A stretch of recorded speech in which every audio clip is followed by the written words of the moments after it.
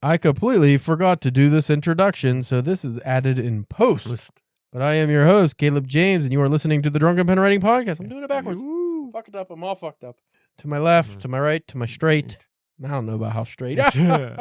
In front of me, as always, is one Spencer, the Jerusalem Jackalope Jerker Church. We came up with that at the end of the episode, which you can hear. I'll leave that in. Yeah. Stupid. It's dumb. We almost had a really good episode. Almost, but I completely forgot the introduction. Just fumbled out just right at the end. Yeah, but anyway, I don't even know what the segue would be into the conversation, so I'm going to put some random music and enjoy the introduction of something. Poe. Poe and Talk the about Raven. Poe. Poe and the Raven.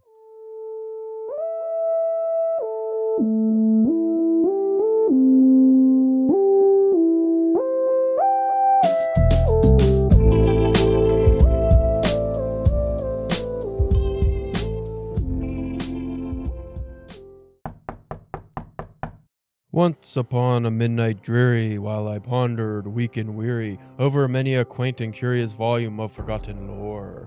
While I nodded, nearly napping, suddenly there came a tapping, as of someone gently rapping at my chamber door. "'Tis some visitor," I muttered, tapping at my chamber door, "only this, and nothing more." The one and only Edgar Allan Poe's The Raven. Whoop whoop. His seminal work, this is what made Edgar Allan Poe a famous writer of the 1800s. And I'm sure we'll get into his history, later on in the episode. But just I kind of, because I know like he's like one of those guys that didn't like get like really big until like after his death, right? Like he was known, like he wasn't like a Kafka where like nobody like, because like Kafka was like nobody knew him, right? Yeah, pretty much until after his death. The Raven made Poe famous. Okay, but he still. Well, I mean, he had a lot of personal problems. That's why I wasn't sure. But back then, to be a writer, it wasn't some lucrative endeavor. I think he was actually the first American who just tried to make his way as a writer, nothing more. Yeah. And like the weird thing too is just like, and I don't know why, it may be just because of the time period, but I even know me there for like the longest time always assumed like he was like a British, like Europe, you know what I mean? And was over here, you know what I mean? His work actually has mostly French influences. There's a lot of French in his writing. I mean, at the Cask of Amontillado, like he seemed to be very interested in the French aristocracy and German, the higher ups there, whatever the fuck they I don't know what German fancy German people are called. Maybe they're aristocrats too, but yeah, Edgar Allan Poe, I mean, we don't need to go into his bio. Everybody knows who the fucking guy is, but he basically influenced many genres of writing. Mm-hmm. So we've talked about like the Murders in the Rue Morgue, which neither of us have read yet. It's one of the few things I haven't read of his yet. He created the detective genre with that. Which, yeah, I remember when you told me that a couple years ago. You were surprised. I was really surprised because I didn't know that he even wrote a detective story, let alone created the genre. Yeah, because that came before Sir Arthur Conan Doyle's Sherlock Holmes. Yeah. And he also was pretty much the real great-granddaddy of like cosmic horror and stuff because he inspired H.P. Lovecraft. I don't think that Poe necessarily touched on that, the cosmic horror, but the dread. Yeah. That is really the influence of that stuff. The fear. Yeah, he wasn't writing about aliens and stuff as far as anything I've read, but his was more about loss and death and supernatural. Yeah, supernatural things and ghosts and all that fun stuff. So he was really the godfather of like gothic horror, I think. I mean, you had Mary Shelley's Frankenstein, obviously, which came out in the 1800s, but Poe, like, he was the first what I would consider an actual strict genre writer for a while. I mean, he wrote other stuff that wasn't genre, but his stuff really falls into horror. Yeah. Oh, I was gonna say, romantic horror, which would be gothic. Yeah. I was gonna say with the Frankenstein thing, I always hear that considered as like the studying of like sci-fi, like the first real sci-fi book. Frankenstein. Yeah. I mean, I guess it could be both, but they always say she was the the innovator of sci-fi. Yeah, because I think even like H.G. Wells like said something about like When did what the fuck's his name? 20,000 Leagues Under. Jules Verne. Yeah. When did Jules Verne come to prominence? Like, you would have a better idea than me. I always get all those guys mixed up, like, you know, by like time frame and who with like, you know, in order and stuff like that, you know. Yeah. I always get that stuff all messed up in my head. So Frankenstein came out in 1818 and The Raven came out in 1945. I mean 1845. Yeah. So that Frankenstein was first, but like you said, that actually is more sci-fi than it's not really horror. No, There was nothing in that. If you actually read Frankenstein, it's not a horror novel because at it's all. not like it's not as gruesome as you think. It's just kind of like There's no foreboding, no dread, no suspense. it's kind of like, oh, we got the body parts, we put them together, but you don't go like she does a little bit, but not like you could be like, oh, the rotting flesh and all the, you know, the stank and, you know, all this stuff. Yeah, it's we didn't cover the Frankenstein last year because we both read it. Well, I read it before you. Yeah, and though most people consider it one of the greatest novels ever and their favorite, I like Dracula better, and I'm not even a vampire guy. I just really enjoy. See, I have to, because I think I had like a shitty translation.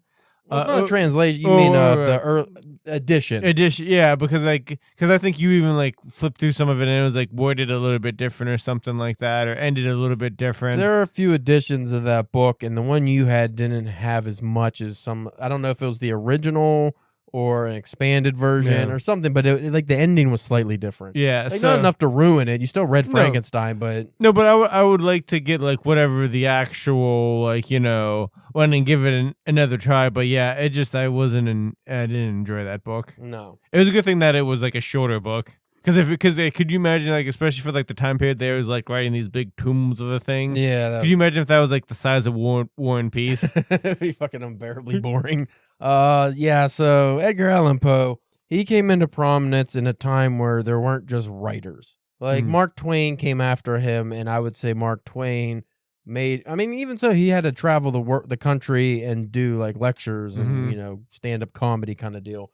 Edgar Allan Poe, he worked for a paper, I think as a critic maybe, or an editor or something. Like, he did stuff like that, but he was, as far as I remember, the first person in the U.S. who just tried to make it as a writer, and that was it. Yeah. I mean, maybe he wasn't the first that actually just tried, but like that's what he did. He accomplished. Yeah. I mean, it left him I don't know if he was penniless, but he didn't do, even after The Raven came out and he became famous, he still wasn't, like, his first novel, his only novel wasn't successful. Yeah, he wasn't in a good spot when he died. Yeah, and you asked me what that novel was. I always fuck up the name because it's really long. Okay. So his first novel and his only novel, which I haven't read yet, is The Narrative of Arthur Gordon Pym of Nantucket. Nantucket, not Namtucket. I'm thinking of Nam. And just so the listeners know, Kev read that off of this huge tome of a Poe collection that has like everything in it. This is complete works. I've read almost everything in it, but like I said, I haven't read Murders of the Rue Morgue or In the Rue Morgue. I haven't read the novel yet, mainly because it's apparently bad. Yeah, well, I mean, if the title is any indication. Though, an interesting side note about the novel, it foretold the real situation that happened later. Oh, yeah? So I'm pretty sure in the novel, it's I think it's about some people on a boat. Okay. Get stranded on the boat or stuck at sea or something. And I think they end up eating the cabin boy. Okay. And the cabin boy has a name. I don't remember what it is, but you could look this up and Google it. It's fucking freaky. And they eat the cabin boy or something and blah, blah, blah, whatever, novel. In real life, and I think it was like 10, 20, 30, I don't know, years and years later after this came out, that exact situation happened, and even the cabin boy's name was the same. Oh, whoa. So it was like he foretold, he prophesized an exact event. Yeah, because there's one thing to just have like a crazy scenario. Yeah, given enough time, that will happen. But to get the actual name right, that's freaky. Yeah, that's bizarre. Hold on, Edgar Allan Caleb. That's his name. Edgar Allan Poe, sailor, fortune teller. I don't even know what to look up. Gets eaten. Tells the future. All right, so in Edgar Allan Poe's only book, he predicted that a man named Richard Parker would be one of 4 survivors of a shipwreck and would be cannibalized. 46 years later, the Mignonette sank, and there were 4 survivors. The 4th one, Richard Parker, was cannibalized by... Jesus, 46 years later. That's fucking bizarre. Anyway, let's get back to The Raven. Could you imagine if he lived long enough to see that happen? Yeah, that would be. He died relatively young. He was in his early 40s. I think. One of the we've covered this when we did crazy author deaths, but one of the most mysterious deaths of American celebrity. He was found in was it Philadelphia or Maryland? And he was dressed. He's from Baltimore, right? Yeah, I'm just trying to figure out where he died. I think it was Baltimore. He was found in like a park or something, and he was wearing very weird clothes, and he was all inebriated and fucked up. And there was like, oh, did he have rabies? One of the popular theories was that I forget the name of what the practice is called, but he got roughed up and they were making him vote a bunch. Oh, It was like a fake voting scheme, like somebody was beating him up and like drugged him or made him drink a bunch of booze or whatever, and they would put him in new clothes, make him go vote, and there was a name for that. I guess it was actually prominent back then. For the people who just wouldn't take like that, like, hey, just give me some money and I vote. Like, why do you got to get me all drunk and beat on me? Guess it was easier. I guess. But you think it'd be harder for them to vote being all roughed up? I don't know. I don't know. Well, this was like before the 1900s, so who knows what the fuck was going on back then? Edgar Allan Poe has a very distinct look about him. So what did they do to him to make him look different enough that he could go vote and nobody noticed him? I mean, maybe there's different voting houses. Yeah. Well, then also you're thinking like we were saying, like he's like with being like one of the first guy to try to be people might not even have known, like, you know what I mean? And if they knew who Edgar Allan Poe was, they probably didn't know what he looked like. That's possible. I mean, there was only a few paintings. Yeah. It's not like you just I'm gonna go on the internet and you check out this Spencer Church fella, see how ugly he is. Oh, it's gross. Burning on my eyes now. There is a picture I think online. You can see Edgar Allan Poe without his mustache. I don't know if I want to see that picture. A young Poe, very handsome, very debonair in his military outfit. He went to military school, dropped out, ran away or something. That's not surprising. No. The Raven is a narrative poem by American writer Edgar Allan Poe, and that's the interesting thing I like about Poe is he is American, despite when you read his work, like you said, you thought he was maybe British, right? Or I could see people thinking he's maybe French or something. Yeah. He was an American. He was born here, but that's like that weird time period where everybody looked like that. Yeah, like everybody looked French. Yeah, and they probably spoke in an accent, but trying to think like when the first real Americans were established. Like the first, we had the Pilgrims came over and stuff, but what would be the first generation? The 1600s, 1700s? Like that were being born, that were raised as, like George Washington was an actual American, I believe. But then and Ben Franklin, I believe too. But then you did get some guys that would come over and they were British. Yeah. Like it was weird hodgepodge there for a minute where it's like, are you the first generation or not? Just made up stuff. Well, then wouldn't think then too, because even back then, I'm sure they were still getting a whole bunch of people coming over. So you're having the immigrants, the British immigrants or whatever coming over too. So all the time, So like that would probably be a hard thing to try to figure out. Like I would bet you, and I'm not going to put any money on this because I'm woefully ignorant on the subject, but I would bet you that there were more slaves in the United States that were firstborn Americans than there were white people, because they were probably like like a weird like breeding situation. Well, probably they were trying to have kids young, so they probably were having kids before like the masters were having kids, Yeah, and then there was kids. So there's probably more generations of American slaves that were actual Americans than there were colonial Americans. Yeah, because you the fucking businessman look on and be like, oh, well, I could buy a whole bunch of slaves, or I buy like some slaves and just have them breed and then just make more slaves that I don't have to buy. So yeah, like you were saying, they were probably having kids before a lot of the white, immigrants were coming over. Yeah, that'd be something to look up though. I never really thought of that. But anyway, first published in January 1845, the poem is often noted for its musicality, stylized language, and supernatural atmosphere. And even though, as of the airing of this episode, since it's going to be October, I would just like to note that as the recording of this, James Earl Jones just passed away. Yeah. And he did one of the most famous readings of The Raven. You can look it up online, but it comes from The Simpsons. And The Simpsons actually, even though they did, their funny spin on it, it's like just considered one of the best versions. I was thinking about bringing that up, but yeah. So rest in peace to James Earl Jones. Yep. Part of our childhood gone. It's getting sad. Master, the guy who did the voice for Master Splinter in the original. Yeah, I saw that too. He passed away too. Not a good month. September. Well, and then I mean, and not older, but there's also a comic book artist, Cassidy, John Cassidy. He passed away at 52. I think he was super young. Yeah, big time artist. But he had something wrong with his brain. So yeah, it's just like a weird time. That's when it gets really sad. Like James Earl Jones was what, 93? Yeah, he had a long life, a lot of work. I mean, this guy he's been in the business for a long time, but it's still just like 52 is just super young. Especially when we're getting near the age where it's like that's not that far away. That's a couple eye blinks away. Like yeah, so you're just starting to think, oh fuck, that's young. Because when you're 20, 52, that guy's ancient, but no, not anymore. I agree, it's still ancient, but not in the way we would like. No. It's not wizardry. You don't look like a bearded wizard. Yeah, I mean, some do. Some look terrible. But the Raven tells of a distraught lover who is paid a mysterious visit by a talking raven. The lover, often identified as a student, is lamenting the loss of his love, Lenore.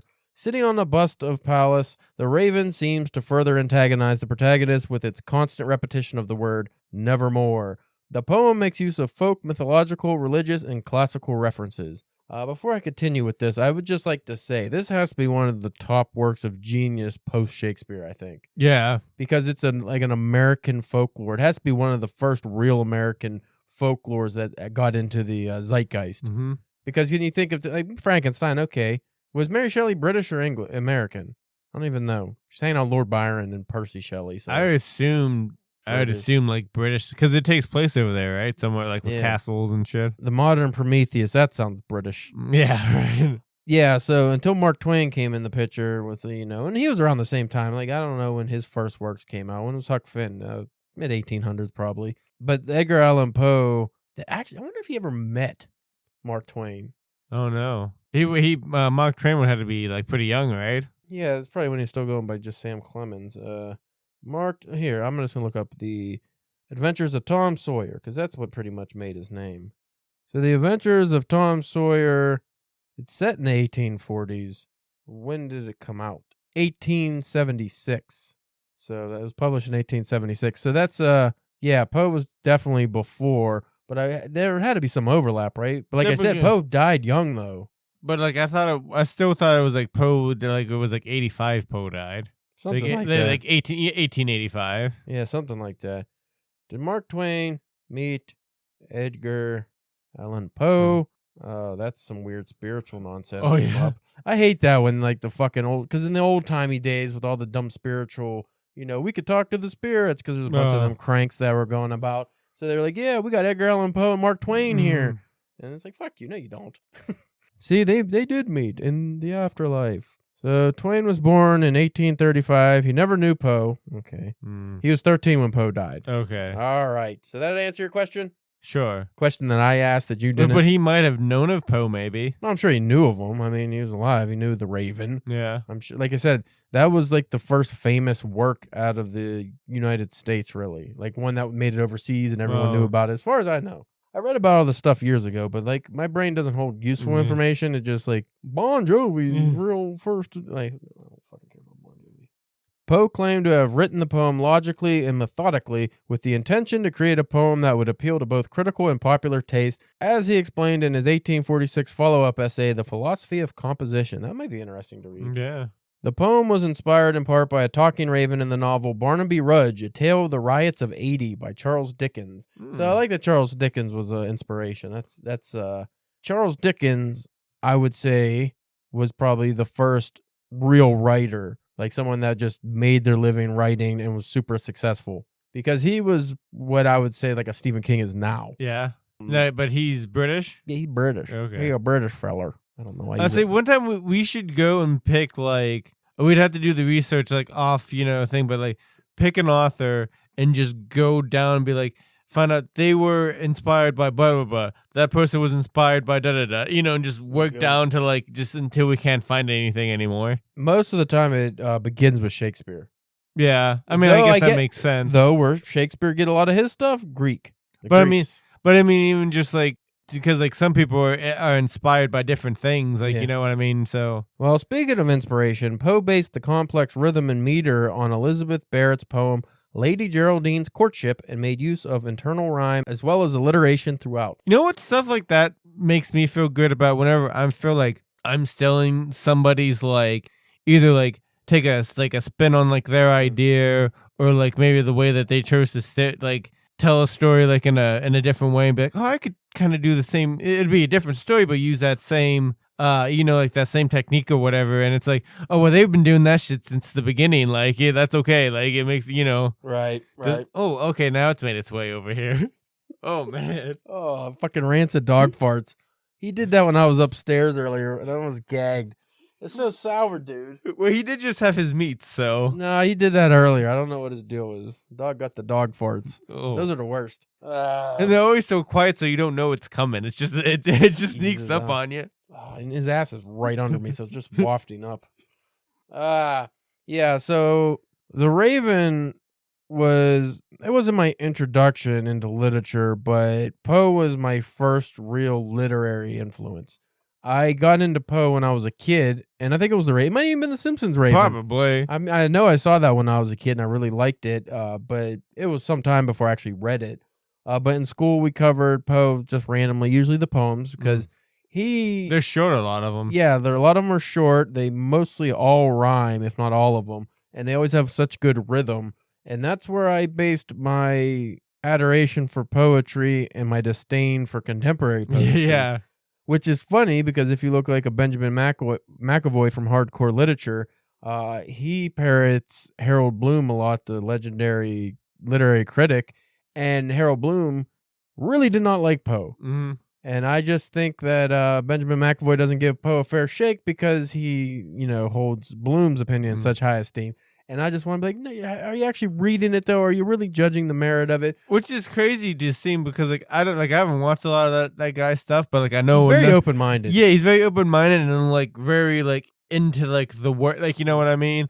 And wouldn't if it's good, it's good. Like he's gonna say that it's good. If it's bad, he's gonna say it's bad. My problem with him and his, like I said, his adoration for Bloom's opinion is that he doesn't cover Poe. So even though he doesn't necessarily like Poe, you think because he has all the class, like they do their lectures and all this stuff, like you have to go to the Patreons and shit. But even on the podcast, he covers all these books and stuff, but he's never covered Poe, at least from what I could find. Right. And I always wondered until I found out that, he doesn't like Poe. And I was like, that's kind of crap, though. Right. So a lot of people do like Poe.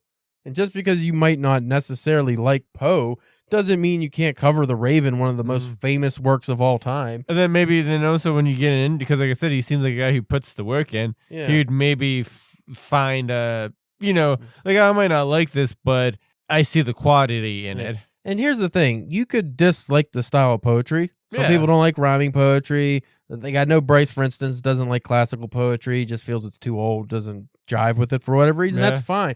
But you can't tell me the Cask of Amontillado isn't a masterpiece, or the Red Death, or just so many of his fiction, his fiction, his short stories. I just like The Telltale Heart. Right. Come on, you're gonna tell me that's not good. I would love to know what Bloom's opinion is and why Benjamin McAvoy parrots it, but I just think I'd get mad. I wonder if it's just you said, it's like a style thing or whatever. Like he just doesn't like that kind of stuff, or I wonder if he didn't like just Poe himself, so he would just shit on his work. Because that shit happens now, so why wouldn't it happen back then? Well, Bloom was I don't know what his lifespan was, but he was most prevalent, I want to say, in the 60s, 70s, or I feel like he died in the 80s or 90s. Okay. Maybe. Yeah, I don't think he was as old as you're thinking. Oh, okay. I thought he might have been a temporary with Poe is what I thought. No, Poe did have a contemporary that was his nemesis. Okay. That is the reason why everyone thinks Poe is a raging alcoholic his whole life. It's because this guy got to write the fucking obituary, and they were enemies.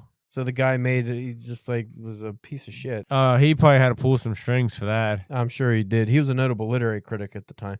No, fucking Harold Bloom died in 2019. He was born in 1930. Okay. So he was an academic literary critic. From what I understand, a lot of his stuff is really good, but the fact that he could shit on Poe, and I'm sure his opinion would be something along the lines of what people give Stephen King now. Yeah. Oh, because I think Bloom hated Stephen King as well for the most part. Oh, this guy, no substance, no deep literary meaning. It's just, because Poe wrote gothic horror a lot. He probably, it's just all romance and fluff, the stuff you read in those shit pulp magazines. Yeah.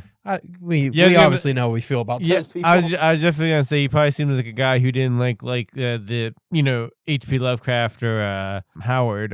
What's it for Conan and all that? Robert E. Howard. I don't know why I always forget his first name. It's a pretty easy one. It is. The Raven was first attributed to Poe in print in the New York Evening Mirror on January 29th, 1845. Its publication made Poe popular in his lifetime, although it did not bring him much financial success, is what I was saying earlier. Not so eloquently, which that wasn't very eloquent, but... It was easy to follow. Yeah. It made sense. It was easier than what I said. The poem was soon reprinted, parodied, and illustrated. Critical opinion is divided as to the poem's literary status, but it nevertheless remains one of the most famous poems ever written. So that's where, again, we go into the Charles Dickens was the Stephen King of his time, where though now we consider him one of the greatest novelists of all time and has all this literary merit, back then, because he was serialized and he was becoming popular, a lot of people attributed his work to being more fluff, more style and no substance. And Poe got the same treatment. The thing is probably like, well, if this many people like it and get it, it can't be that good. Yeah. So you could judge The Raven by the fact that it's like a supernatural, funny kind of story. Like it's got some elements. Well, I mean, again, watch the Simpsons version. You're like, oh, that's easily adapted to, comedy, drama, horror. You could do so many things with The Raven. And the fact that it's adaptable like that, I think a lot of people would say, oh, that means it can't be that good. It can't be like this because rural literature, you can't adapt. No. It's what it is, and it can't be adapted or changed or altered. I think that's stupid. I think The Raven... It's like the Alan Moore kind of thing. Before we go on, what is because you're not a poem guy. No. But up till now, you haven't read any of Edgar Allan Poe's poems. No. So this was like the first time, really reading any of his stuff. Yeah, and we'll just, because we're actually 30 minutes in already, we'll just mention some of my other famous poems. We don't have to really go into them. But you read most of this poetry collection. What are your actual opinions on The Raven? Do you think it's just like a fun poem, or do you think there's deeper meaning to that? I mean, yes, I read it super quick. It's a couple pages long, but even I read it in one sitting. I liked it. I mean, I think that it has more I think it's very fun and entertaining and, with the rhythm and all that stuff. But I feel like it also has that, if you want to dig into it, there's all the, you know what I mean? There's more than just the surface level. Doesn't she show up in a couple other poems? Lenore, there's a poem called Lenore. And the poem, Poe lost at least one woman he really loved, which I think was his cousin. Yeah, I was going to say, didn't he have a weird relationship? Yeah, back then they're all fucking cousins. Well, yeah. But I don't know if her name was actually Lenore, but he did base a lot of his works on real women. That's why a lot of those poems, the names are out. It says to blank from or whatever it is. A lot of them are because they're based on real stuff, and back then they would just use a dash. Yeah. You couldn't, that was weird, but that's the practice. So Poe wrote the poem as a narrative without intentional allegory or dactylism. I also think that this is the first prose, or not prose poem, because he has a prose poem. It's called, which I did not read this as well, Eureka is his prose poem. So I guess that'd be more like a story. Even though this is like a story, this was probably the first narrative poem I've ever at least remember reading. I'm sure I've read stuff, but the one that actually stuck with me. I would say, well, a lot of his poems are like that, are telling a story. Yeah. But this one's, noted for being long. Yeah. The main theme of the poem is one of undying devotion. The narrator experiences a perverse conflict between desire to forget and desire to remember. He seems to get some pleasure from focusing on loss. The narrator assumes that the word nevermore is the Raven's only stock and store, and yet he continues to ask it questions, knowing what the answer will be. So he's asking these questions, even though basically looking at death is I know the answer. You're dead. You're not coming back, but you are so attached to someone you loved in life that you can't accept it. Yeah. So you'll keep asking, all right, come back to me. And where are you? His questions then are purposely self-deprecating and further incite his feelings of loss. So he's lamenting and he is wallowing in anguish, I would say. Poe leaves it unclear whether the Raven actually knows what it is saying or whether it really intends to cause a reaction in the poem's narrator. Fun fact, ravens can't speak like parrots, by the way. So that is a realistic portrayal of a raven. So there could be a raven that flies into your house and just says nevermore a lot. Or also back then they did lots of opium and Yeah. everything had lead in it and mercury Oh. and everything was poisonous. So there's a chance this guy was tripping balls. The narrator begins as weak and weary, again with the lead poisoning. Yeah. Ooh, got the vapors. Becomes regretful and grief-stricken before passing into a frenzy and finally madness. So that sounds like the cycles of grief. What do they call that? The stages. I forget how many there are. 5 stages? Something like that. Christopher F.S. Malajek suggests the poem is a type of elegiac. That's a weird word.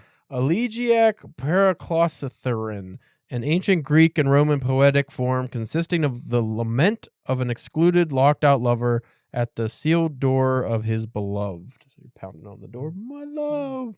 Yeah, that's one of those things where it's pretty surface level, like you know what it's about immediately. But even so, like you said, if you dig a little deeper, it's not just surface level grief. There's more to it than that. Like I said about asking the question that you know the answer to because you can't accept the loss. And this actually relates to my real life recently because just the other day, me and the wife, we like to go to the local cemetery and drive around. It's a big cemetery. And we like feed the deer. So we were driving through. Because you guys don't feed enough deer. Yeah, we got a fucking family of deer in the backyard, but she wants to feed the extraneous deer. Yeah, she likes to take pictures of the bucks and stuff. And we feed the dirty goose. By the way, them fucking geese. They get mad. Well, yeah. No, they surround you. They do get mad. I chase them. But there was so much goose shit everywhere. Oh. But one of them was, it was the fucking greatest thing. It was propped up on this big rock next to a pond, and the sun was behind it, and it was like this great angle. Did it poop into the pond? She's trying to get a picture, and she missed it somehow. I don't know. It just shot a waterfall of fucking turds out. Not diarrhea, turds, but like waterfall turds. I never seen anything like it. It was incredible. But to bring the mood instantly down, when we were getting ready to leave, we drove up, and there's one section that's an overlook of the whole city, which is pretty nice, and it was getting near sunset. And so I'm driving slow, and we hear music, like a old-timey music. And I'm like, oh, do I need to look to my left? This is going to be heartbreaking, isn't it? Look to the left, and there is an older gentleman sitting in a chair next to his lost beloved. And he's sitting there just stoic, and you can just tell that he probably does this either every anniversary. I don't know, but it was just like, God damn it. Then you start crying, and I was just like, yeah. And then my dumbass, hey, are you okay? Well, no. When I was driving out, there's a right and a left, and the way the cemetery's set up, for some reason I thought I was going the right way. I looped and went right back around. Yeah. Saw it again. So that was sad. Should have just backed up. Poe says that the narrator is a young scholar, though this is not explicitly stated in the poem. It is mentioned in the philosophy of composition. It is also suggested by the narrator reading books of lore, as well as by the bust of Pallas Athena, Greek goddess of wisdom. Well, he's in a study, too. I mean, that's usually... Maybe everybody had studies back then that had some money. He is reading in the late night hours from many a quaint and curious volume of forgotten lore. Similar to the study suggested in Poe's short story, Ligeia, I don't think I said that right. This lore may be about the occult or black magic. That's what I like, too, about Poe, is he was one of the few authors of the time who confronted the black arts. Yeah. Because a lot of them, like, that was a big thing back then, but they believed it. Yeah, but a lot of people... they didn't want to talk about it, let alone write stories about it. This is also emphasized in the author's choice to set the poem in December, a month which is traditionally associated with the forces of darkness. The use of the raven, the devil bird, also suggests this. This devil image is emphasized by the narrator's belief that the raven is from the night's Plutonian shore, or a messenger from the afterlife, referring to Pluto, the Roman god of the underworld. I love the things he says. That, like, it's not just, some random planet or something. The Plutonian shore. Like, it's got to be some fucking epicness to it. So that's where I was mentioning, like, he did touch on, like, the cosmic horror stuff, because he did a lot of things with Mercury and Pluto, and a lot of his came from the Greek or the Roman gods. But a Plutonian shore, he could just said any shore. He didn't have to say it's a fucking space planet, because planets are other places besides space. Poe chose a raven as the central symbol in the story because he wanted a non-reasoning creature capable of speech. He decided on a raven, which he considered equally capable of speech as a parrot, because it matched the intended tone of the poem. Imagine if it was like a crow or something. What would be a stupid bird? A pigeon. Well, like, even just like you said, what about if it had to be a parrot? A parrot, yeah. The parrot. It would not be the same. With his fucking bright fucking feathers Yeah. and goofy looking face. Yeah, that wouldn't be so scary. Poe said the raven is meant to symbolize mournful and never-ending remembrance. He was also inspired by Grip, the Raven, and Barnaby Rudge, A Tale of the Riots of '80 by Charles Dickens. I never heard of that one. They loved their long titles back then. One scene in particular bears a resemblance to the Raven. At the end of the 5th chapter of Dickens' novel, Grip makes a noise and someone says, "What was that? Him tapping at the door?" The response is, "'Tis someone knocking softly at the shutter." Dickens' Raven could speak many words and had many comic turns, including the popping of a champagne cork, but Poe emphasized the bird's more dramatic qualities. Poe had written a review of Barnaby Rudge for Graham's magazine saying, among other things, that the raven should have served a more symbolic, prophetic purpose. The similarity did not go unnoticed. James Russell Lowe, in his A Fable for Critics, wrote the verse, "Here comes Poe with his raven, like Barnaby Rudge." Imagine just being like, because we think of the Raven, just this master work. And just imagine though, back then, that's just a fucking Barnaby Rudge knockoff. It's like, what the fuck is Barnaby Rudge? Boo. Boo, you're ripping off Barnaby Rudge. How dare you? You shitty charlatan. You suck ass. Fucking Barnaby Rudge.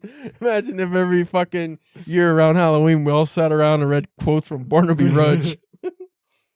3/5 of him genius and 2/5. Oh, this is a rhyme. Okay, so the critic wrote the verse, "Here comes Poe with his raven, like Barnaby Rudge. 3/5 of him genius and 2/5 sheer fudge." Oh man, he says dookie. Fudge is shit. Could you imagine what 1800s fudge was like? Oh, it's so bitter. The Free Library of Philadelphia has on display a taxidermied raven that is reputed to be the very one that Dickens owned and that helped inspire Poe's poem. Barnaby Rudge. Poe may also have been drawing upon various references to ravens in mythology and folklore. In Norse mythology, Odin possessed 2 ravens named Hugin and Munin, representing thought and memory. According to Hebrew folklore, Noah sends a white raven to check conditions while on the ark. It learns that the floodwaters are beginning to dissipate, but it does not immediately return with the news. It is punished by being turned black and being forced to... I read that like Trump. But it does not immediately return with the news. It is punished by being turned black and being forced to feed on carrion forever. I don't know why I emphasized it like that. I did, though. I didn't mean to do that. You're right over there. It is punished by being... I can't read. Fuck.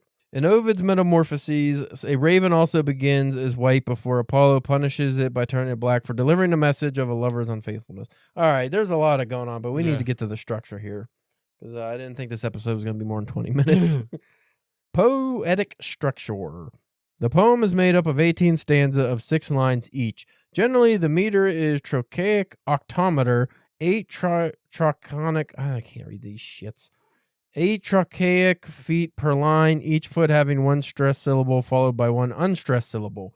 The first line, for example, with marking stressed syllables and marking unstressed. This is where I get into poetry. Right, yeah. You're just saying fucking that's words. too deep for me. You could say it's a coctometer, and I'd be like, yeah, sure it is. Sure. Of course it is. Poe, however, claimed the poem was a combination of octometer, octatelectic, heptameter, catalectic, catalectic, and tetrameter. Catalectic. The rhyme scheme is A, B, C, B, B, B, or A, B, C, C, C, B, B, B. Okay, that's way too much stuff. Poe based the structure of the Raven on the complicated rhyme and rhythm of Elizabeth Barrett's poem, Lady Geraldine's Courtship. By the way, just the fact that I can't even fucking read this stuff makes me think that he put a lot of thought into this. Yeah.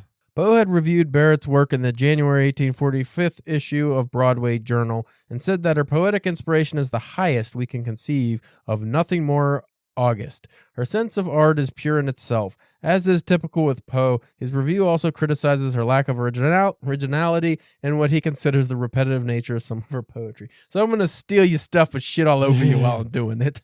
I'm going to say you're a quack and you suck ass, but I'm going to use your stuff for inspiration. About Lady Geraldine's Courtship, he said, I have never read a poem combining so much of the fiercest passion with so much of the most delicate imagination. And then that's the publication history, which is fucking endless at this point.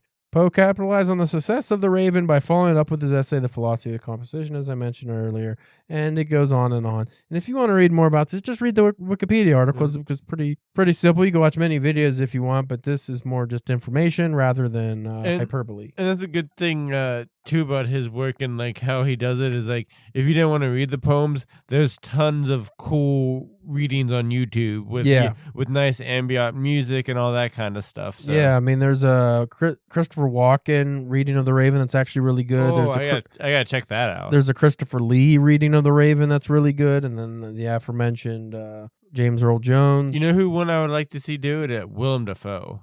Willem Dafoe, I think he might actually did one too. Oh, really? Oh, what the fuck? The most British guy, Batman, and Christian Bale? No, he played Alfred. Oh, French Connection. Why would I say French? Everything he's been in, Michael Caine. Yeah, everything he's been in. I'm gonna say the French Connection, the one movie from the 70s or 60s or whenever the fuck he made it that I'd never seen. Right? Don't even remember like anything about. I never saw the remake of the French Connection. I just know I think he was in it. And that's what I bring up. Out of everything I've seen, hundreds of movies with the guy, The French Connection. In part due to its dual printing, The Raven made Edgar Allan Poe a household name almost immediately and turned Poe into a national celebrity. Readers began to identify poem with poet, earning Poe the nickname The Raven. Ooh, that's different. Maybe that's why he dressed the way he did. The poem was soon widely reprinted, imitated, and parodied. Though it made Poe popular in his day, it did not bring him significant financial success. Sounds about right. As he later lamented, I have made no money. I am as poor now as ever I was in my life, except in hope, which is by no means bankable. Damn. Yeah. That sucks. Yeah. The New World said everyone reads the poem and praises it. Justly, we think, for it seems to us full of originality and power. The Pennsylvania Inquirer reprinted it with the heading, A Beautiful Poem. Elizabeth Barrett wrote to Poe, Your Raven has produced a sensation, a fit of horror here in England. Some of my friends are so taken aback by the fear of it. Okay, we get it. So it was critically acclaimed. Ooh, Abraham Lincoln liked it. One parody, The Polecat, caught the attention of Andrew Johnston, the lawyer who sent it on to Abraham Lincoln. So Lincoln read the Polecat, not the Raven. Though Lincoln admitted he had several hearty laughs, he had not at that point read the Raven. So whatever. So that was Edgar Allan Poe's The Raven. There's a couple other poems of note, and they're only of note because they're some of my favorites. I can actually read some of these because they're only like a paragraph or too long, or stanzas. Now, I mentioned we watched it earlier off air, at least half of it. Ulalume, a ballad. That's my favorite all-time Poe poem. I actually did a reading of it on a random episode for like a Friday or something, I think. So there is one on here, me reading it. But I didn't do it very well because it's hard. But if you guys go on YouTube, you folks, not guys, because not everybody's a guy anymore, like the old days. If you folks want to check it out on YouTube, there's a Jeff Buckley reading that is amazing. So that's Ulalume, like I said, my favorite. Lenore is one of his most famous ones, and that comes right after The Raven in your collection because Lenore is mentioned. I'm not going to read Lenore. But that's, fuck Lenore. Fuck Lenore. Nah, she messing things up, you know. Not a lot of Lenores around anymore. I remember the Coliseum being pretty good. To Helen was pretty good. Annabelle Lee was another one of my favorites. That's the one about the sea. Dream Within a Dream was good. I really like Dream Within a Dream as well. Yeah, Annabelle Lee. It was many and many a year ago in a kingdom by the sea that a maiden there lived whom you may know by the name of Annabelle Lee. And it goes on. I read that because I actually, which you cannot read now because I don't have it anywhere, I did a sequel to Annabelle Lee where her and her lover are on the bluff and she turns into a zombie and you got to throw her in the ocean. People liked it. I would read that, but I don't even know where it's at now. You should try to get that published somewhere. I thought about it, but I don't know if people publish poems that rhyme anymore. The Haunted Palace was a good one, and The City in the Sea is one of my favorites. The Sleeper. He has a couple about dreams, like where he said like Dream Within a Dream, but then there's like A Dream and then Dreamland, I think, or something. Fairyland you're thinking of. Oh. So I think it has dream stuff in it. To Helen. Spirits of the Dead was another one of my favorites. Yeah, he got a lot. He's got too many for me to read. And I'm sure on that's here. only just like a handful. I'm sure he has a lot more poems, and I mean, I don't know. Considering how, because like if his novels and short stories aren't that long, that's a hefty boy you got there. 91 pages of poetry in this big collection. So, yeah, I don't know. But this one is interesting because I think this must go by publishing date. Oh, okay. So if you see, The Raven doesn't come until page 68 okay. in my copy. It starts your copy. Well, yours is The Raven and Right, other yeah. poems. But my one, which I'm assuming is his first published poem, is O Tempora, O Morris, or Moors. Then To Margaret, To Octavia, Tamerlane, Song, Dream, Spirits of the Dead. The Spirits of the Dead was one of his early ones. That's a very Halloween-y one if you want to read one for Halloween, which I think I might have did reading of that too. I don't remember. But anyway, The Raven, out of 5 whiskey shots. What do you give it? I get 5. 5 out of 5? Uh-huh. Excellent. Would you be more, well, it's adjacent. Would you be more willing to read some longer Poe stories now? Or just any Poe stories, I guess? Yeah, like I said, I've always, like, once you told me the one with the first detective, I definitely want to give that a try. I don't know about the novel. I'd have to wait until after you read it and see what you thought about it. But then is it Telltale Heart? That's a short story, right? They're all short stories. But you read that one though. Didn't you say that one was like a little difficult though? No, that's not like difficult, but just like with like the words and stuff. No, that's one of his easier reads. Oh, okay. That one's really good. Here, I'll give I remember you telling me one of like at least one or two of his like longer poems was like I said, just like with the way the word choicing and that he would use to describe things and stuff. Here are some short stories of note. Okay. This goes to the readers as well if you want to get a good feel of Poe without it being too difficult. Because his early works, like Merson Gergenstein or whatever, fucking very hard to read. Let's see what we got here. I should see if I can find basically what you have, but in like a Kindle version. You could probably just get a free version of all his stories on Kindle. Yeah. They do that a lot. The Devil and the Belfry is pretty good. The Fall of the House of Usher is one of my favorites. Maybe that's the one I was thinking of. William Wilson is the one with the doppelganger. That's a cool one.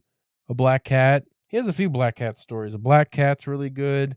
The Murders in the Rue Morgue, like I said, I've not read that one yet. I need to. But like, so what's the short story like? What's his writing style like with that? Like, because like I said, like we were talking about, like I didn't think it could be as rhythmic as like with like the poems and stuff like that. Is it more just kind of like not straightforward, but well, here I'll read you the opening of the Telltale Heart to give you a feel. Because like I said, that's one of his easier reads. Page 490. I can't believe I read most of this. And that was back in the buggy days. I remember you taking that. Oh, maybe it wasn't that copy. It was a different copy, which I still have. But it was the same page. It was almost just as big with shiny pages. So this would be more of a easier Poe read. I'll read the opening of this, and then I'll read the opening of that Morgenstein. Because I remember that one. I didn't know what the fuck was going on. That was like his first one. True, nervous, very, very dreadfully nervous I had been and am. But why will you say that I am mad? The disease had sharpened my senses, not destroyed, not dulled them. Above all was the sense of hearing acute. I hear all things in the heaven and in the earth. I heard many things in hell. How then am I mad? Hearken and observe how healthily, how calmly I can tell you the whole story. Then he goes on about the guy with the pale blue eye. And I know that sounds good. Well, like I said, it's hit or miss with Poe. So 113. No, his poetry, I will say, are almost all very easy to read, I think. What did I say? 113? Yeah, that's what you said. Oh, am I supposed to read this out loud? Just sit there for 20 minutes. All right, so this is the opening of Metzengerstein. Pistis vivis moriens tuus morsero. It's Martin Luther. It's a quote. Must be Latin. Horror and fatality have been stalking abroad in all ages. Why then give a date to this story I have to tell? Let it suffice to say that at the period of which I speak, there existed in the interior of Hungary a settled, although hidden belief in the doctrines of the metamorphosis or something. Of the doctrines themselves, that is, of their falsity or of their probability, I say nothing. I assert, however, that much of our incredulity, I can never say that word, incredulous I could say, but not incredulity. Incredulity. It's like it's an adding on to a word that you don't think should have it. Incredulity. As Labrayer says of all our happiness, vient de nous pouvoir entresus. So it sounds like it's, not too bad, but literally the next paragraph. But there were some points in the Hungarian superstition, blah, blah, blah. The Hungarians differed essentially from their something. And then here we go. The soul, said the former, I give the words of an acute and intelligent Parisian. Nedemir Kiyun Sos Forstens blah blah fucking paragraph of French. The families of Berkman, Fisting, Shangen, had Mergenstein, it just gets into shit. But the main problem with his initial stories is fucking so much French and German. Like just straight up no translation. I don't know what's being said. Then also he has some hard words though. I feel like he wasn't in love with the thesaurus like H.P. Lovecraft. Yeah. Was. But anyway, that is our extra long Poe episode. I didn't expect that, so that's gonna put a damper on our recording schedule today. So if you like that, we got a couple more things coming for you. What's next week? Basket Full of Heads. Yes. By Joe Hill. So we'll be covering Basket Full of Heads. Hopefully that won't be as long as this one. I don't know.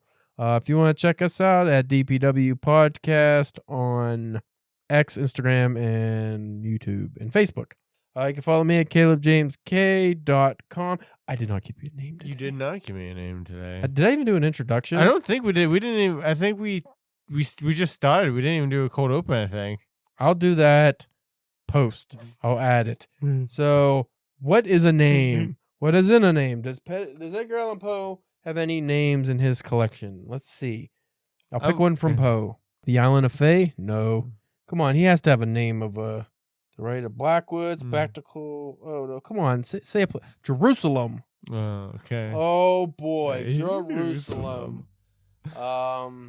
This should be interesting. I want to say giraffe, but that's a G. Yeah. That you know what? This is gonna be a weird one. Spencer, if you want to check out his OnlyFans this week, he is the Jerusalem Jackalope Jerker Church. Oh, jerking jackalopes. Is jackalope an actual animal? Isn't it like the rabbit with horns or with antlers? That's what I think, like a mythological. That fits what we're talking about today. Anyway, we'll check you out next week.